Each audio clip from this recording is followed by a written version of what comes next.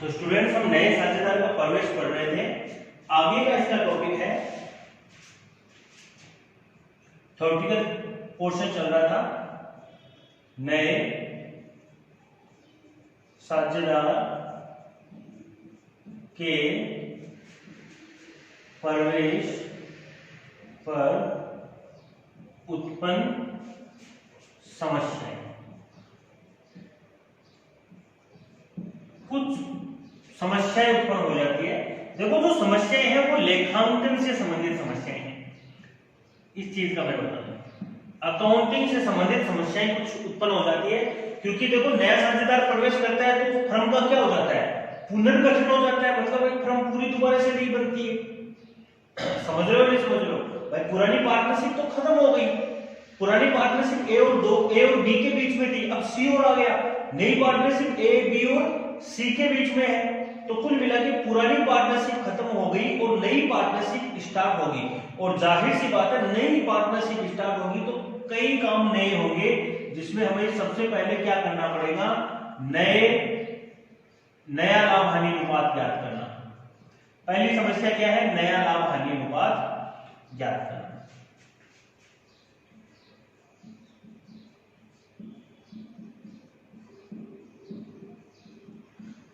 देखो सच बात तो ये है कि ये जो क्वेश्चन है, इसमें जो जो कॉन्सेप्ट हम लिखेंगे वो सारे कॉन्सेप्ट हम आगे जाके इसमें इसी चैप्टर में हम क्या करेंगे, न्यूमेरिकल्स में भी करेंगे। क्योंकि ये जो समस्या है वो अकाउंटिंग की समस्या है, तो पार्टनर के सामने, फर्म के सामने सबसे पहली समस्या यही आ जाएगी कि नया लाभ हानि अनुपात क्या रखें हम लोग, नया लाभ हानि अनुपात क्या रखें, और उसका अकाउंटिंग ट्रीटमेंट हम किस तरीके से करें वो हम सारा सीखेंगे। दूसरी इसने बताइए कि ख्याति क्या होगी। भाई ये तो बता दिया ख्याति का पैसा लेके आएगा, तो ख्याति का समायोजन किस तरीके से करोगे आप, एडजस्टमेंट ऑफ गुडविल कैसे करेंगे हम लोग, ठीक है। तीसरी इसने बताई है संपत्तियों दायित्वों का पुनर्मूल्यांकन होगा।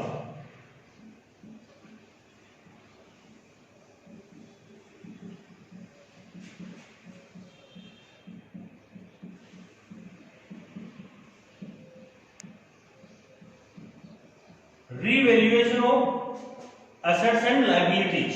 देखो पुनर्मूल्यांकन समझते हो, रीवैल्यूएशन पुनर्मूल्यांकन करना। जैसे कि ये समस्या कैसे है, समस्या इसलिए है, देखो भाई जैसे कि कोई पार्टनर है, ए और बी दो साझेदार है, ठीक है। सी नहीं आया है तो जाहिर सी बात है उसको अधिकार मिलता है नहीं मिलता, उसको सी को एक अधिकार तो भावी लाभों में हिस्सा प्राप्त करने के लिए मिलता है, एक अधिकार उसको मिलता है कि भविष्य में जो जितने भी संपत्ति और दायित्व फर्म में है उस पे उसको हिस्सा मिलेगा। अब जाहिर सी बात है उसको हिस्सा मिलेगा तो उसके अकॉर्डिंग उससे क्या मंगवाया जाएगा, पैसा मंगवाया जाएगा, धन मंगवाया जाएगा। अब धन मंगवाने के लिए ए और बी तो ये चाहेंगे कि भाई देखो सीधी सी बात है, ए और बी ये चाहेंगे कि सी से ज्यादा पैसा मंगवाया जाए, सी ये चाहेगा कि ए और बी को फर्म में कम पैसा दे हम लोग, सी पैसा कम देना चाहेगा, जाहिर सी बात है। तो ऐसी स्थिति में दोनों के नुकसान ना हो। देखो फर्म में बिल्डिंग दिखा रखी है 1 लाख रुपए, लेकिन होता क्या है, देखो दिखाना अलग होता है, वास्तविकता कुछ अलग होती है हमेशा। क्योंकि जैसे बिल्डिंग है, लैंड है, इन ये ऐसी चीजें हैं जो जिनकी मार्केट वैल्यू, बुक वैल्यू तो सेम रहती है, लेकिन मार्केट वैल्यू इनकी क्या होती है, चेंज होती रहती है। तो ऐसी स्थिति में इनकी मार्केट वैल्यू से, भाई सीधी सी बात है, किताबों में तो 1 लाख रुपए दिखा रखा है, लेकिन बिल्डिंग 5 लाख रुपए की है। अब ए और बी 1 लाख के अकॉर्डिंग पैसा मंगवाएंगे क्या उससे, नहीं मंगवाएंगे। और भी कहेंगे नहीं ये बिल्डिंग 1 लाख की दिखा रखी है, लेकिन वास्तव में किसी से भी पूछ लो बिल्डिंग कितने की बनती है, 5 लाख रुपए की बनती है। मतलब बिल्डिंग का हमने क्या किया है, पुनर्मूल्यांकन किया है, तो जो पैसा 5 लाख के हिसाब से मंगवाया जाएगा, ठीक है। समझ रहे हो नहीं समझ रहे हो बात को? तो रीवैल्यूएशन किया जाता है हर संपत्ति और दायित्व का। ये भी है कि क्या है, साझेदार के नए प्रवेश पर उत्पन्न समस्याएं हैं। अवितरित लाभ और हानियों का समायोजन।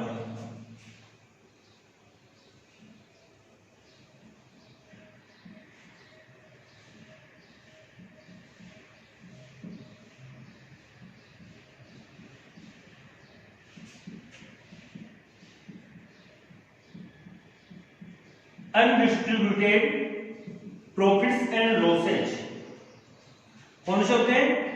जैसे कि हमने पिछले वाले चैप्टर में एक आध क्वेश्चन में किया था ना कि इतना लाभ था, उसमें से 10,000 रुपए का हमने रिजर्व बढ़ा लिया। रिजर्व बढ़ाने का मतलब हमने भविष्य की हानियों को संभावना देखते हुए या फिर भविष्य में कोई हमें बड़ा प्लांट लगाना है, उसके लिए पैसा इकट्ठा करना है, तो उसके हिसाब से लाभ को पार्टनर्स में न बांट के हमने फर्म में फंड के रूप में रख लिया। ठीक है, रिजर्व के रूप में रख लिया। तो ये कैसे लाभ हो गए? अवितरित लाभ हो गए। समझे या नहीं समझे? ये कैसे लाभ हो गए? अवितरित लाभ हो गए। और जाहिर सी बात है अवितरित लाभों का भी समायोजन होगा, क्योंकि अवितरित लाभ पीछे के लाभ है। नया पार्टनर आएगा, भावी लाभों में उसका हिस्सा होगा, लेकिन पीछे के लाभों में उसका हिस्सा थोड़ी होगा। तो इसलिए इनका भी समायोजन हमें करना पड़ेगा। इसके बाद में नेक्स्ट पॉइंट है नए साझेदार की पूंजी का निर्धारण। पूंजी का निर्धारण है, लिखा आप लिखो पूंजी का समायोजन। पूंजी का समायोजन कैसे करोगे आप लोग, वो लिखिए आप। कौन कितने पैसे लगाएगा, कितने लाएगा, कितने वापस ले जाएगा, वो सारा होगा। ये कुछ 4 या 5 पॉइंट है जो नया साझेदार जब भी आता है उस समय की स्थिति को बयां करता है। मतलब ये जो समस्याएं हैं उत्पन्न होती है। एक बात कहूं, ये जो समस्याएं है ना, ये केवल नया साझेदार आता है तब उत्पन्न नहीं होती। ये समस्याएं क्यों उत्पन्न हुई? क्योंकि फर्म का क्या हो रहा है? पुनर्गठन हो रहा है। तो केवल नए साझेदार की प्रवेश पर नहीं हो रही है। अगर कल को एग्जाम में थ्योरेटिकल क्वेश्चन आ जाए साझेदार की मृत्यु पे उत्पन्न होने वाली समस्याएं, तो मृत्यु पे उत्पन्न होने वाली समस्याएं भी यही है। ये सारे काम भी करने पड़ेंगे। उनके लाभ हानि अनुपात में परिवर्तन हुआ है, तो कौन कौन सी समस्याएं उत्पन्न हो गई? तो ये सारी समस्याएं उत्पन्न हो गई ऐसी स्थिति में। ठीक है, समझे या नहीं समझे बात को? ठीक है, कोई साझेदार निवृत्त हो रहा है तो उस स्थिति में मतलब साझेदारी का पुनर्गठन है, तो जो समस्याएं उत्पन्न हो रही है वो सारी समस्याएं यही है। और इन्हीं का आने वाली जो पार्टनरशिप के 3 लेसन है, लास्ट लेसन को हम छोड़े तो ये वाला लेसन और आगे वाला जो लेसन है, इनमें हम ये इसी का ट्रीटमेंट करना सीखेंगे। इसी का ट्रीटमेंट करना हम सीखेंगे। ठीक है,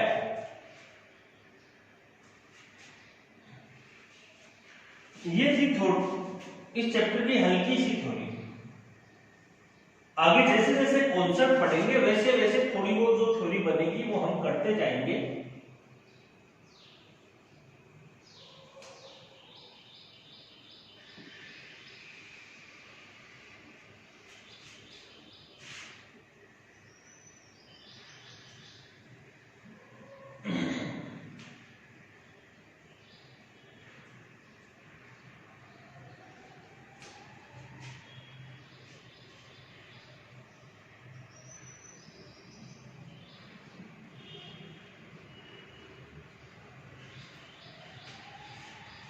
ओके, पहला कॉन्सेप्ट है नए साझेदार द्वारा संपत्ति एवं दायित्व लाने पर प्रविष्टि। छोटा सा कॉन्सेप्ट है, कॉन्सेप्ट के नाम पे कुछ है ही नहीं। नए साझेदार द्वारा संपत्ति, ख्याति और पूंजी। देखो, नया साझेदार ख्याति और पूंजी के लिए पैसा लाएगा नहीं लाएगा? अब वो पैसा 2 रूप में ला सकता है, या तो वो कैश लेके आए या फिर वो संपत्ति लेके आए। ठीक है,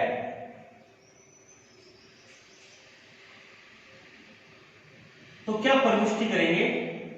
साझेदार द्वारा संपत्ति में कैश और असेट्स दोनों आ गई। ठीक है, कई बार वो साथ में दायित्व भी ले आता है।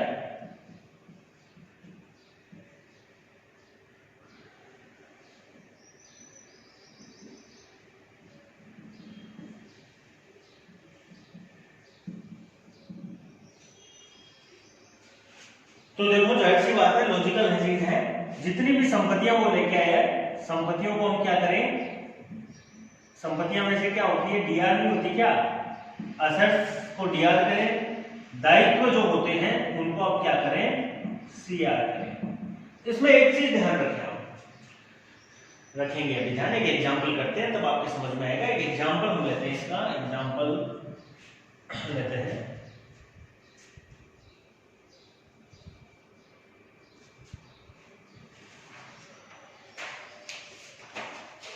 कह रहा है ए व व्यापार कर रहे थे, उन्होंने सै को नया पार्टनर बनाया। सै की पूंजी 2 लाख रुपए निर्धारित की गई। देखो जी क्वेश्चन लिख लेते हैं, ए और बी दो पार्टनर थे, उन्होंने सी को नया पार्टनर बनाया और उसकी पूंजी डिसाइड कितनी की गई? 2 लाख रुपए। उसे कहा गया कि तू पूंजी के कितने पैसे लेके आएगा? 2 लाख रुपए लगेगा।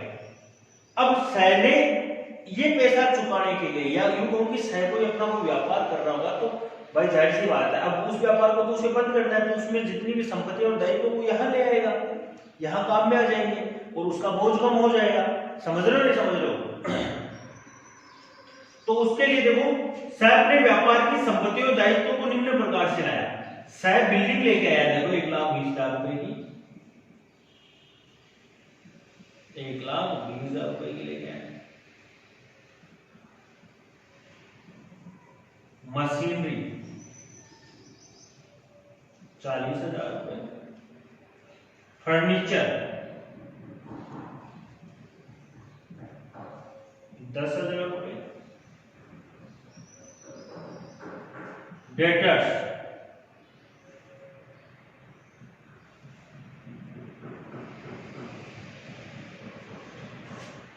इसमें लिखा है जिस पर 10% प्रोविजन है, जिस पर 10% क्या है? प्रोविजन है, प्रोविजन आयोजन है। ये क्या प्रकार का होता है? ये एक प्रकार का दायित्व होता है। क्रेडिटर्स 20,000 रुपए, दे बिल बीपी बिल्स पेएबल 10,000, और कह रहा है इसकी परविष्टि करो। ये काम हुआ है तो इसकी आप परविष्टि करो। देखो सीधा सा है, अगर कोई नया पार्टनर फर्म में, या नया पार्टनर कोई भी पार्टनर फर्म में संपत्ति लाता है, तो जो संपत्ति लाई है उसको डीआर कर दो और जो दायित्व लाया उसको सीआर कर दो। तो देखो सबसे पहले हम बात करेंगे, एक बार कैपिटल को थोड़ा सा छोड़ें, यहां से पकड़े हम। वो बिल्डिंग लाया, बिल्डिंग क्या होती है? एक फर्म की संपत्ति होती है, तो संपत्ति को आप डीआर करो।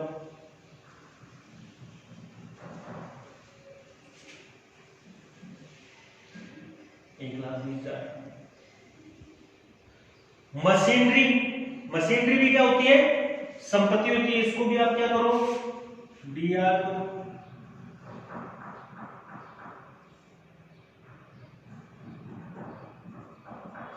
कितना?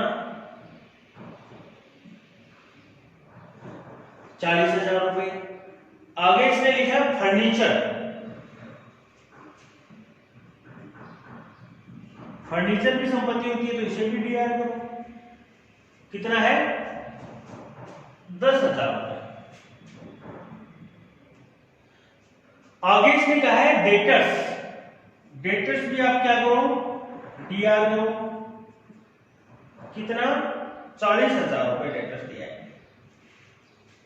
जिस पर 10% प्रोविजन बनाना है। 10% प्रोविजन बनाने का मतलब 40,000 का 10%, 4,000 का क्या बनाना है? प्रोविजन फॉर डाउटफुल डेटर्स, ये बनाना है हमें। अब देखो प्रोविजन जब भी आता है तो उसको दो तरीके से दिखाते हैं, आपने देखा होगा 11 में। या तो क्या करते हो, संपत्ति में से लेस कर देते हैं, तो जैसे 40 में से 4,000 यही माइनस करके 36 दिखा देते हैं, या फिर यहां तो 40 दिखा दिए हमने, एसेट्स में 40 दिखा दिए और 2 में हमने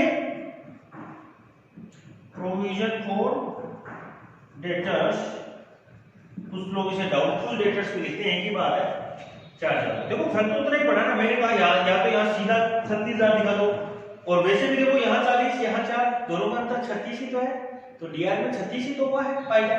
ठीक है, तो डीआर में 36 का ही बना है और बैलेंस वही हमने लिखा है। दोनों तरीके से लिखा सकते हो, कोई गलत नहीं है। ठीक है, क्रेडिटर्स क्या है? दायित्व है, तो दायित्व को हम लोग कहां दिखाएंगे? 2 में दिखाएंगे। 2 क्रेडिटर्स कितना? 20,000। 2 बीपी बिल्स पेबल, एक होता है बिल्स रिसीवेबल, बीआर तो होती है संपत्ति, बिल्स पेबल, बीपी क्या होती है? लायबिलिटीज। लो जी, ये सारा लिखिए। एक कैपिटल है, कैपिटल क्या होती है? कैपिटल अब आप बताओ कैपिटल क्या होता है? कैपिटल क्या होता है? वैसे दायित्व ही तो होता है, फर्म के लिए तो दायित्व ही है, लायबिलिटी साइड में दिखाते हैं, तो कैपिटल को भी किस में दिखाएंगे हम लोग? टू। कैपिटल है किसकी है? सी की, तो लिखेंगे सीज कैपिटल। कितना है? कितना है? 2 लाख।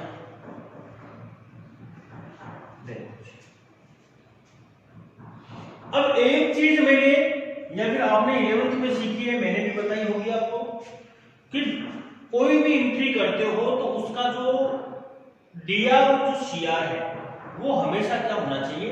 बराबर होना चाहिए, तभी वो एंट्री शुद्ध है। देखो डीआर में 1 20 और 40, 1 60, 1 70, 2 10। डीआर का टोटल कितना आ रहा है? 2,10,000 आ रहा है। और सीआर का टोटल देखो 2,10,000 ये रहा, 2,10, 2,10 20 कितने हो गए? 2,30 और 4 ये 2,34,000। दोनों का डिफरेंस है, ये दोनों सेम नहीं है ना, तो देखो 24,000 रुपए इधर और आएंगे। किस साइड आएंगे? डीआर आएंगे। 24,000 रुपए डीआर में और आएंगे। आएंगे नहीं आएंगे? आने चाहिए एंट्री को सही करने के लिए, लेकिन क्वेश्चन में दे नहीं रखा, तो ऐसी स्थिति में देखो कई बार डीआर में कम पड़ेगा, कई बार सीआर में कम पड़ेगा। अगर ये कॉन्सेप्ट है और अगर डीआर में कम पड़ता है तो आप ये मान लो कि आपने उससे क्या मंगवा लिया? पैसा मंगवा लिया। ये जो 24,000 रुपए है वो किससे आया है? कैश आया। पोस्ट में आप लिख देना बीएफ, बैलेंसिंग फिगर, बैलेंस करके दोनों का अंतर करके, ठीक है? समझे नहीं समझे? ये तो डीआर में कम आया तो कैश में लिख दिया। बाई चांस डीआर ज्यादा होता और सीआर में कम होता तो मैं इस पैसे को, बैलेंसिंग फिगर को कहां डालता? कैपिटल में डालता। कहां डालता? कैपिटल में डालता। इस चीज का ध्यान रखिए, अगर आपका डीआर का बैलेंस कम है ऐसे कॉन्सेप्ट में, तो हम ये मानेंगे कि बचा हुआ पैसा कैश में हमने संपत्ति के रूप में मंगवाया है, ठीक है? अगर सीआर में कम है तो हम ये मानेंगे कि जो पैसा एक्स्ट्रा है उसको हम कहां डाल देंगे? उसके पूंजी में डाल देंगे, उसकी पूंजी में डाल देंगे। ये 2 बातें आपको ध्यान में रखनी है। नीचे नरेशन मैंने नहीं लिखी है, नरेशन लिखने की जरूरत है क्या? नरेशन ये लिख दो, बीइंग सी